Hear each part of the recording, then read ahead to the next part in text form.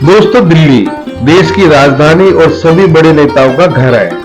इसी दिल्ली में देश के बड़े बड़े फैसले लिए जाते हैं। दोस्तों, ये वही दिल्ली है जो कभी सोती नहीं है। दिल्ली के चकाचौंध अन्य राज्यों में रहने वाले लोगों को अपनी ओर खींचती है, परंतु पिछले कुछ सालों से दिल्ली को नजर लग गई है।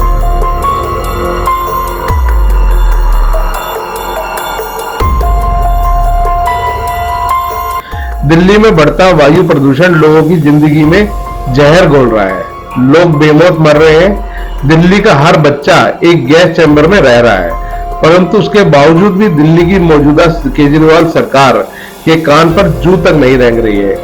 दोस्तों, इसी गंभीर मुद्दे को लेकर सच की रफ्तार के प्रमुख धर्मवीर जारवाल ने भारतीय जनता पार्टी की रोहिणी की निगम पार्षद सिमता कौशिक से खास बातचीत की।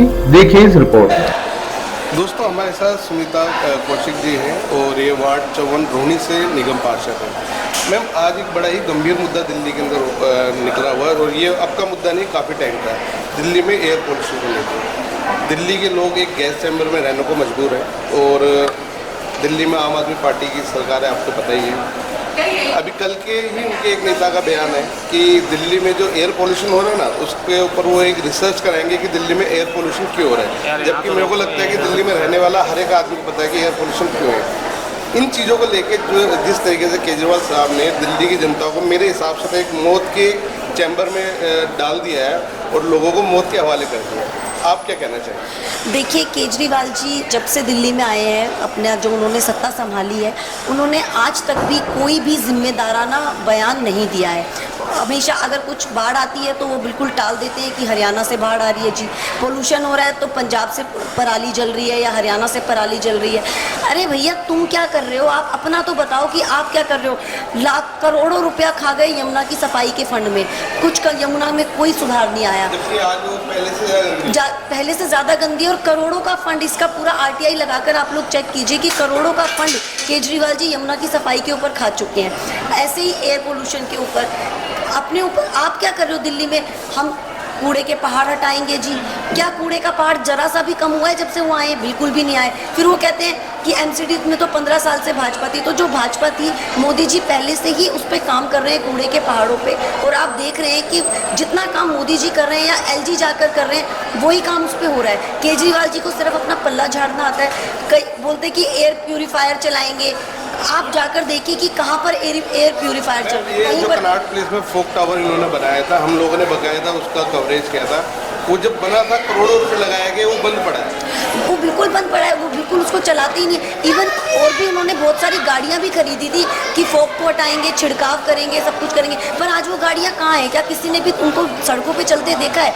ये केवल और केवल एक स्कैम है केजरीवाल सरकार का। वो केवल फंड के नाम पे पैसा खाते हैं। हाँ, फंड कहाँ लग रहा है ये भी आपको मैं बता दूँ। फंड लग रहा है उनके शीश महल पर।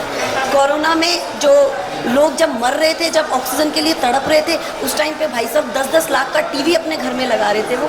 तो वो ये काम केजरीवाल जी करते हैं। दिल्ली की जनता को मूर्ख बनाने के अलावा केजरीवाल ने आज तक कोई काम नहीं किया और हर जिम्मेदारी से अपना पल्ला झाड़ने का नाम केजरीवाल है। तो दोस्तों, आपकी जानकारी के लिए एक बात बताइए तो हम लोग दिल्ली में रहते हैं और आज की जो दिल्ली की एयर क्वालिटी वो लगभग 300 के आसपास है, जो कि डेंजर कंडीशन में आती है। और अभी एक स्टडी भी हुई है, आपको पता होगा कि जिसके हिसाब से दिल्ली में रहने वाले लोगों की एज ऑफ लाइफ आम लोगों के मुकाबले 12 साल कम है। बिल्कुल कम है, क्योंकि देखिए हर तरीके का पोल्यूशन आज दिल्ली में है। चाहे आप एयर पोल्यूशन कह लीजिए, चाहे आप वाटर पोल्यूशन कह लीजिए। केजरीवाल जी बोलते हैं मैं लोगों को फ्री पानी दूंगा। अरे भैया, फ्री पानी क्या दोगे तुम? पानी में से जब गंदे नाले का पानी निकल रहा है, काला पानी निकल रहा है, गंदा, बिल्कुल मतलब वो सीवर वाला पानी है। मैं आपको बताती हूँ, जो मेरा क्षेत्र है वहाँ पर सेवा बस्ती है, जो कि मतलब मैं अगर ये कहूँ तो कोई अतिशयोक्ति नहीं होगा कि वहाँ पे बहुत सारे वोटर लाभार्थी हैं। सबको लगता है कि केजरीवाल जी पता नहीं क्या उनके लिए चमत्कार कर रहे हैं। लेकिन आपको बताऊं, अभी मैंने वहाँ पे हेल्थ मेडिकल कैंप लगाया था। वहाँ के 90% पीपल पेट की बीमारी से ग्रसित थे। क्यों? क्योंकि गंदा पानी पी रहे हैं। इतना गंदा पानी की कमी, टैंकर नहीं आते टाइम पे, पानी तो आना बहुत दूर। जहाँ पे लाइनें डाल रहे हैं पानी की, वो भी सिर्फ खोद के डाल दिया, कोई पानी की लाइनें नहीं डल रही। सीवरेज बिल्कुल ज़ीरो।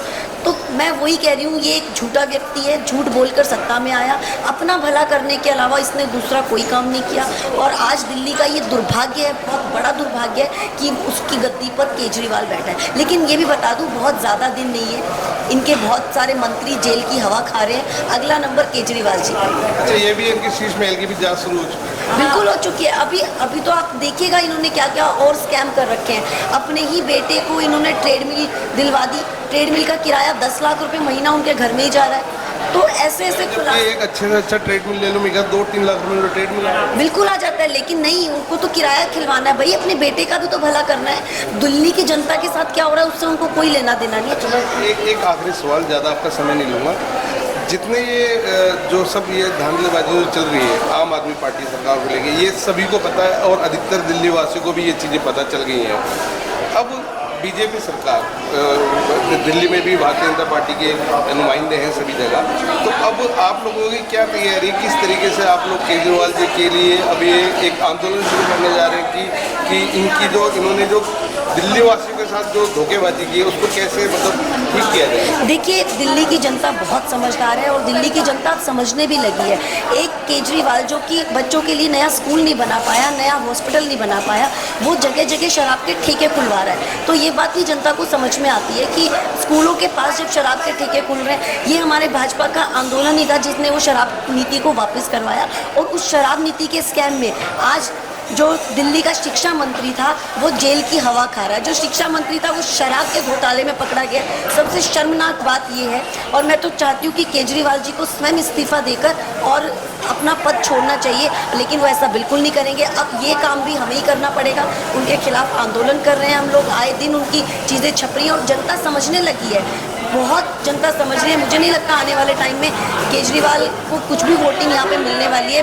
मोदी जी का परचम पूरे विश्व में लहरा रहा है और दिल्ली में भी लहरा कर ही रहेगा। मैम, अगले साल इलेक्शन होने हैं और दिल्ली में भी इलेक्शन होने हैं, तो दिल्ली वासियों के लिए आपका क्या संदेश रहेगा कि अब किस तरीके से जो दिल्ली का हालात ख़राब हो गए इनको कैसे सुधारा जा सकता है, उनके लिए क्या कहना चाहिए? मैं दिल्ली के लोगों से सिर्फ यही एक अपील करना चाहती हूँ, एक प्रार्थना करना चाहती हूँ कि कृपया फ्री के लालच में ना आए।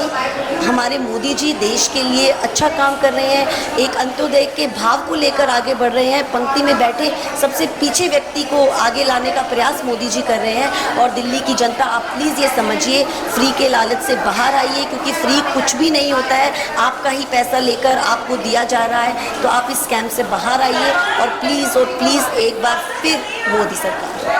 दोस्तों, बड़े बूढ़े अक्सर ये बात कहते हैं कि फ्री की चीज़ें अक्सर बहुत महंगी पड़ती हैं और ये चीज़ें दिल्ली वासी महसूस भी कर रहे हैं और इस चीज़ों को झेल भी रहे हैं। तो आगे चुनाव में क्या होता है ये सब आपके ऊपर छोड़ते हैं। जो भी है, बीजेपी सरकार हो या आम आदमी पार्टी सरकार हो, चुने उसी को जो आपके हित के लिए सोचे। धन्यवाद, थैंक यू।